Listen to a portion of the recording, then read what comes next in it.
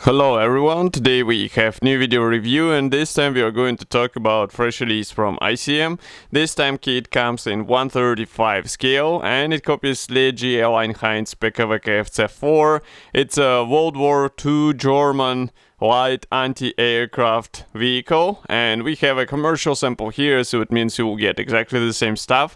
And in 1/35 scale it should be quite an interesting build, especially considering that the base vehicle, this let's say small vehicle, it was really interesting to build. We have a build project on the website and also on YouTube channel, so now we get an anti-aircraft version with machine guns in the rear section, and we are going to check everything together with you.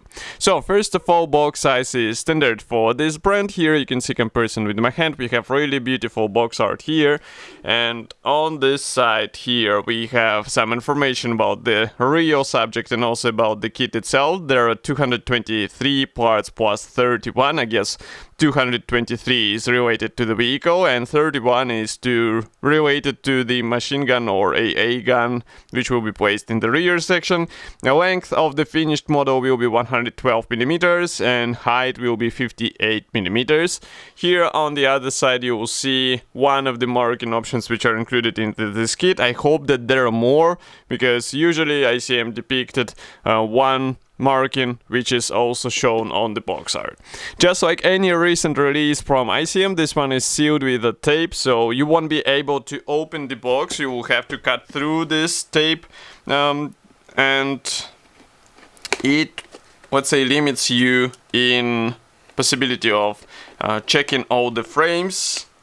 So keep it in mind. You won't be able also to open the box and check whether parts are okay in the shop. You will have to cut through the seals, and obviously any seller won't allow you to do this, so be ready for that. But from the other side, ICM boxes are quite sturdy, so I don't think you will have any issues here.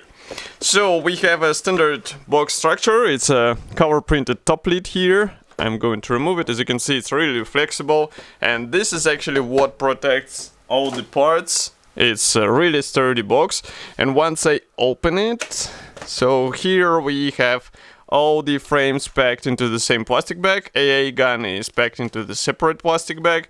So we are going to check them one by one, and obviously we will start with what is placed on the top, and it was AA gun turret, which was packed into the separate plastic bag.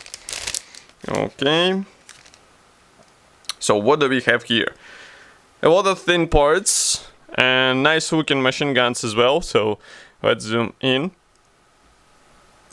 And now you can see what do we get in this kit. I really like the molding quality, so even though we have a lot of thin parts, they are nicely molded and they should be easy to work with. The only thing required from you is careful separation of all this stuff, because some parts are really tiny. Here you can see comparison with my fingertip, so be ready for that. It won't be an easy task for unexperienced modelers, and it's better to use the plastic saw, as I say, always in such cases, because the plastic cutters, they will just break the part and then you will have to fix it somehow. So it's better to avoid it and use the right tool from the beginning. Now I'm opening another plastic bag, just give me a second. Okay, let's remove this sprue and we continue with another set of parts. So first of all, I would like to show you this clear frame which is packed into the separate plastic bag again. Obviously it is done in order to avoid any possible scratches on the parts.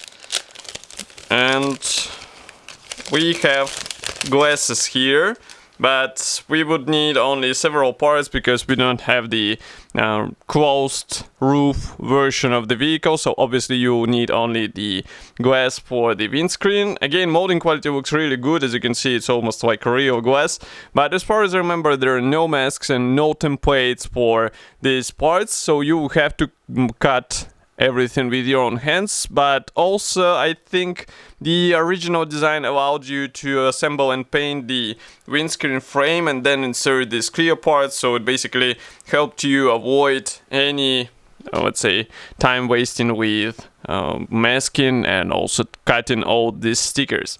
Next we continue with first gray plastic sprue. Maybe I'll open the camera a bit more. It's the first plastic sprue for the vehicle. As you can see here, we have the rear or trunk cover. We also have some parts for suspension from what I can understand, and if you flip it over here, you can check these parts from the inner side. I guess these ones are specific for today's version, but we will see it in assembly manual. Next, we continue with one more plastic sprue. This one is dedicated to spare wheels and various minor elements for the engine, also Pioneer tools. Really interesting mix of parts.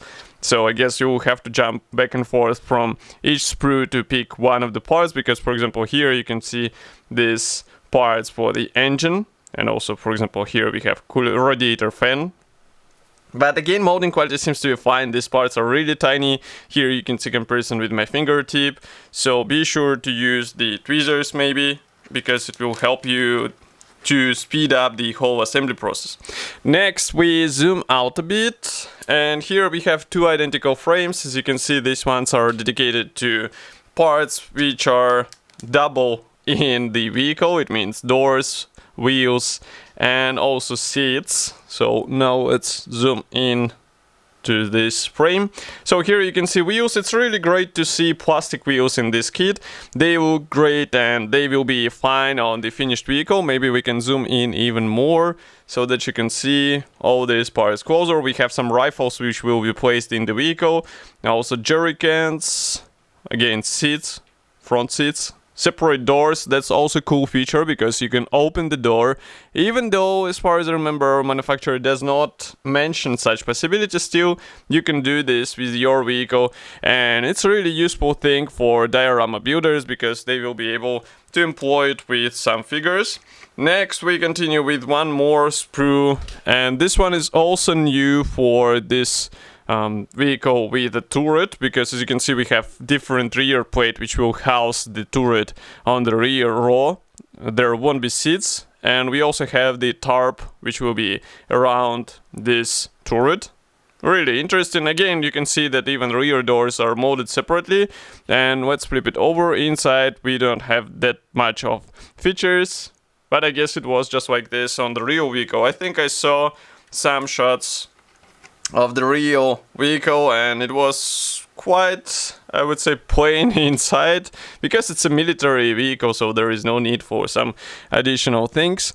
Now we finish with the biggest plastic sprue in this kit. So here we have one of the main parts for the whole vehicle. We have bonnet panels, we have the floor panel, we have fenders here, we have steering wheel even here. So we are going to start with the left upper corner. So let's zoom in. Here you can check some of the engine parts. Again, this engine bonnet, and as far as I remember, there is no possibility to open the bonnet out of the box. You will have to think through how to expose the engine, because engine is really detailed here, and I really wonder why ICM decided to replicate it with a closed bonnet. So basically you assemble it and hide it inside the vehicle. By the way, you can see here the side panels for the normal passenger version. Obviously it won't be used. We will be using the right panels for the AA gun on the rear section. And by the way, here also you can check this one-piece main frame.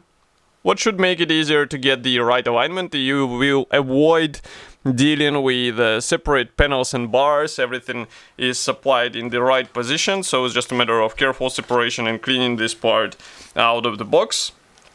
Next, we continue with the decal sheet. So this one is supplied in assembly manual, typical thing for ICM. Here you can see this tiny decal sheet. We have even dials for instrument panel or dashboard, which is really cool. We have several types of number plates, so I guess there are several marking options, but we have to check the assembly manual. So as for the assembly manual, this one is printed in form of large color printed brochure. I would say it's pretty much standard format for ICM, so there is no surprise in that. We have short history note on the first page and also some technical specifications for the real vehicle.